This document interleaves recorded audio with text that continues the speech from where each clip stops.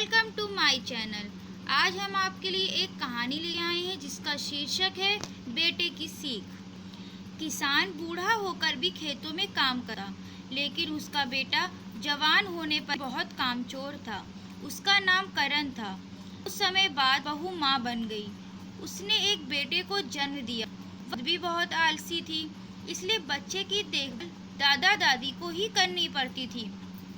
एक दिन अचानक ही किसान की पत्नी की मृत्यु हो गई।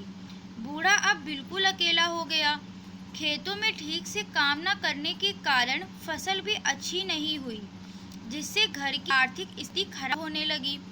करण और उसकी पत्नी इसके लिए बूढ़े को ही दोष देते थे।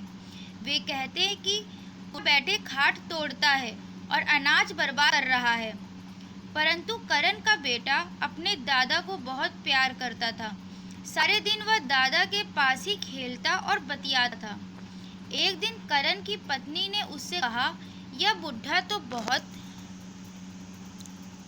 बुढ़ा का सनीचर है, इसलिए खेत में बरकत नहीं हो।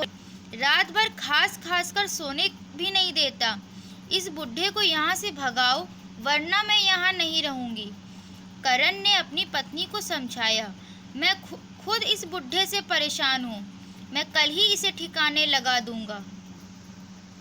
उसी रात करण ने बुढ़े को गाड़ी में लादा और जंगल की ओर चलने लगा। तभी उसका बेटा भी उसके साथ गाड़ी में बैठने की जिद करने लगा। करण और उसकी पत्नी ने बेटे को रोकने की बहुत कोशिश की, पर वह नहीं माना। पड़ोसियों के जाग जाने की आशंका से उसे अपने बेटे को भी साथ ले जाना पड़ा।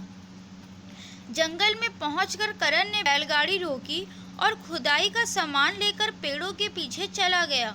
काफी देर हो जाने उसका बेटा उसको ढूंढता हुआ पेड़ों के पीछे आ पहुंचा।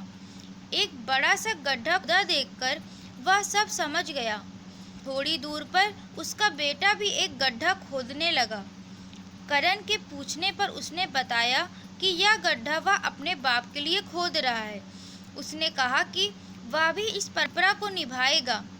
बेटे की बात सुनकर करण की आंखें खुल गई। वह बूढ़े बाप को घर वापस ले आया और उनका इलाज करवाया। इस कहानी से हमें यह शिक्षा मिलती है कि दूसरों के साथ वैसा व्यवहार करो जैसा तुम स्वयं के लिए चाहते हो। Thanks for watching.